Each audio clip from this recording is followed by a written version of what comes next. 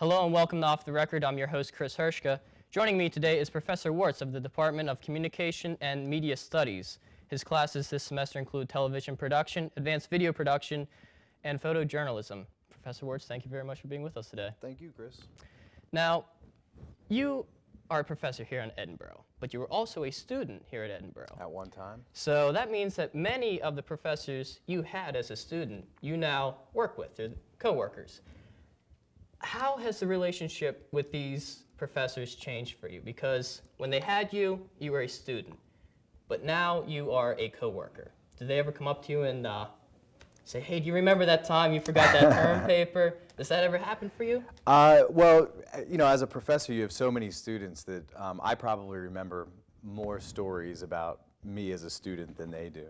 And as a student, I always kind of tried to fly under the radar a little bit. So there's not too much of that. But I think for the most part, it's a pretty neat dynamic, and I think we've all adapted well.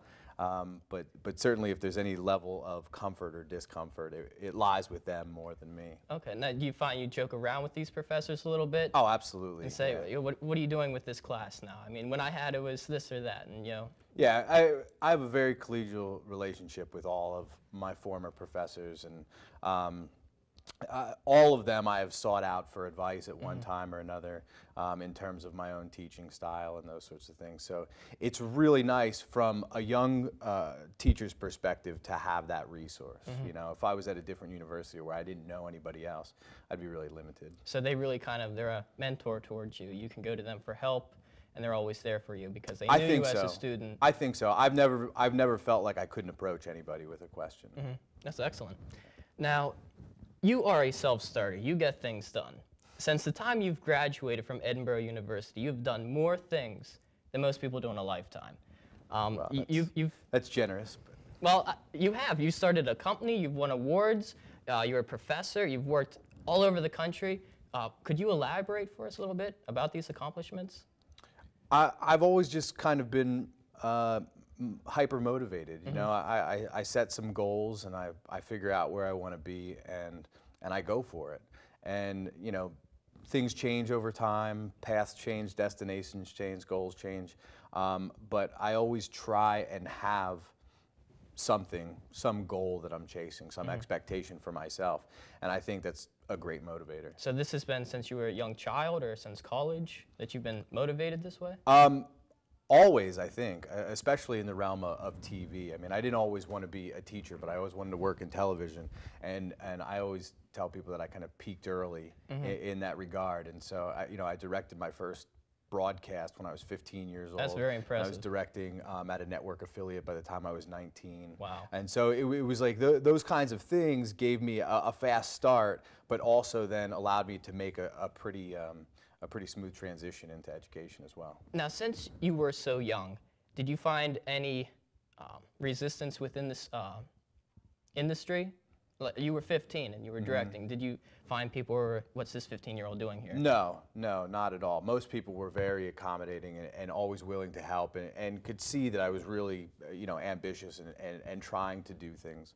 And most people understood what I was trying to do. So everybody was always extremely helpful. And I try to reciprocate that, you know, pay it forward kind of thing.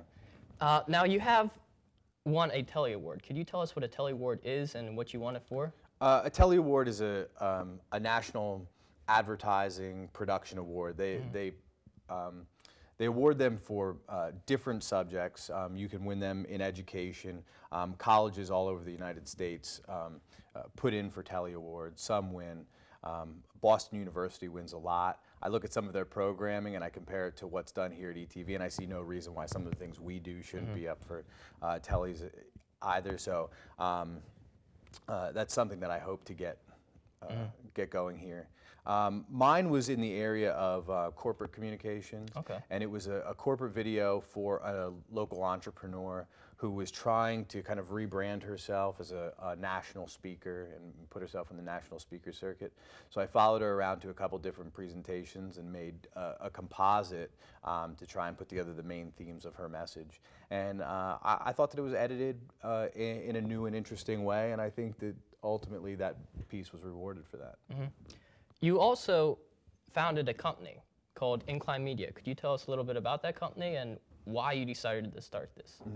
Incline Media is kind of a hybrid advertising agency production company, and I started it because I was here in Erie. I was working at WICU, and I was kind of at the top of the food chain there, and I needed to do something else. I was teaching here part-time at the same time, and starting my own company and being able to do things my own way really felt like the right thing to do at that time. And for me, at the place that I was at that time in my life and everything, it was a good move, and it continues to be. Now, who are some of your clients? Is it strictly Erie, or is it national? I've had a few national clients. It's funny, the landscape really changes when you go from dealing strictly with broadcast television to dealing with online materials, because when you start making multimedia for online, you can really work with anybody anywhere, and that's kind of the new digital landscape. You know, back when it was all about broadcasting, it was strictly local. All the clients were local. Now, as we begin to branch out, you have to broaden your network of freelancers that you're willing to work with and call up. I have graphic artists that I use in Pittsburgh and Philadelphia. It just depends on what the needs of any particular project are. Now, you said earlier that you weren't immediately interested in becoming a teacher. You were interested more just in television in the industry. At what point did you decide, I want to be a professor? This is really something I want to direct my life towards. There was a moment in time where I really kind of had an epiphany about it, and I can't accurately articulate everything that went through my head at that time, but I was an undergraduate student, and I was approaching the end of my degree. I was a communications major, and I had a history minor, and I had recently taken up history as a second major. And probably a year before I was scheduled to graduate, I went with the history department to Havana, Cuba, and I spent a winter session in Havana, Cuba. And it was really that experience, that kind of experiential learning, that changed everything for me. And I can't say exactly when it happened, but every morning we would have class in the hotel lobby, and we would sit around and we would talk about the things that we were experiencing. We would talk about how they related to the things that we were reading, and the kind of discussions that we had before we reached the island, and how that reflected or didn't reflect what we were doing. And there was a moment in that where a bunch of students were having discussion, and another student and I kind of locked horns over some issues, and my brain started to pop and everything started to move, and I started to have to win people over to my side on one side, and you know, deflect. Almost like a politician. Yeah, very, very much. Should have gone to politics. That thought crossed my mind at one point, but it was a fleeting moment. But at that moment in Havana, I thought to myself, man, if I could do this. I looked at my professors who were enabling me to have that kind of light bulb experience, right? And any teacher will tell you that when you're in a classroom or in a particular teaching moment, there are students in the room that you look at and you can see that light bulb go. And you just know it. You just know that they fully understood and grasp it, and they're locked in. And at that point, you can teach them anything. And that was my moment. And I thought to myself, wow, how great it would be to be able to see that from another perspective, and you know, from the front of the classroom.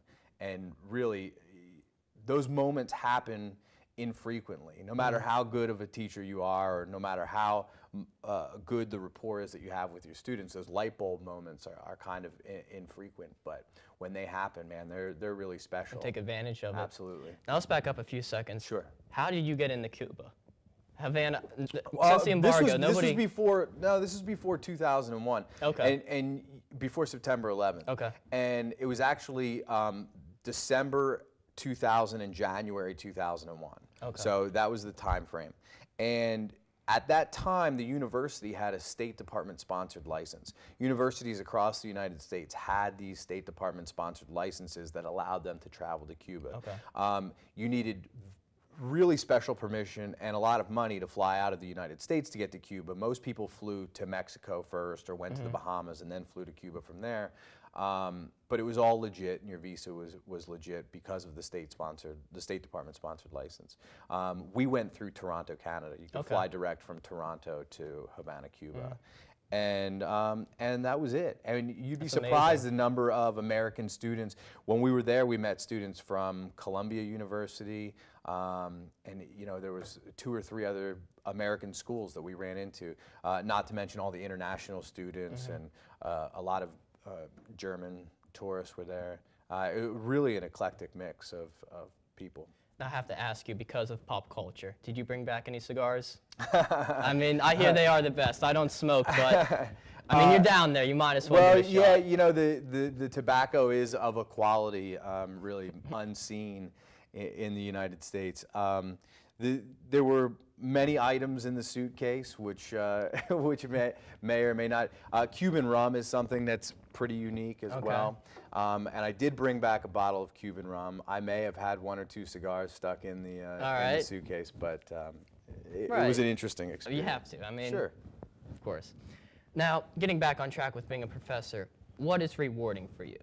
When it's snowing outside and you don't want to leave your house and you have to drive here, what makes it all worthwhile?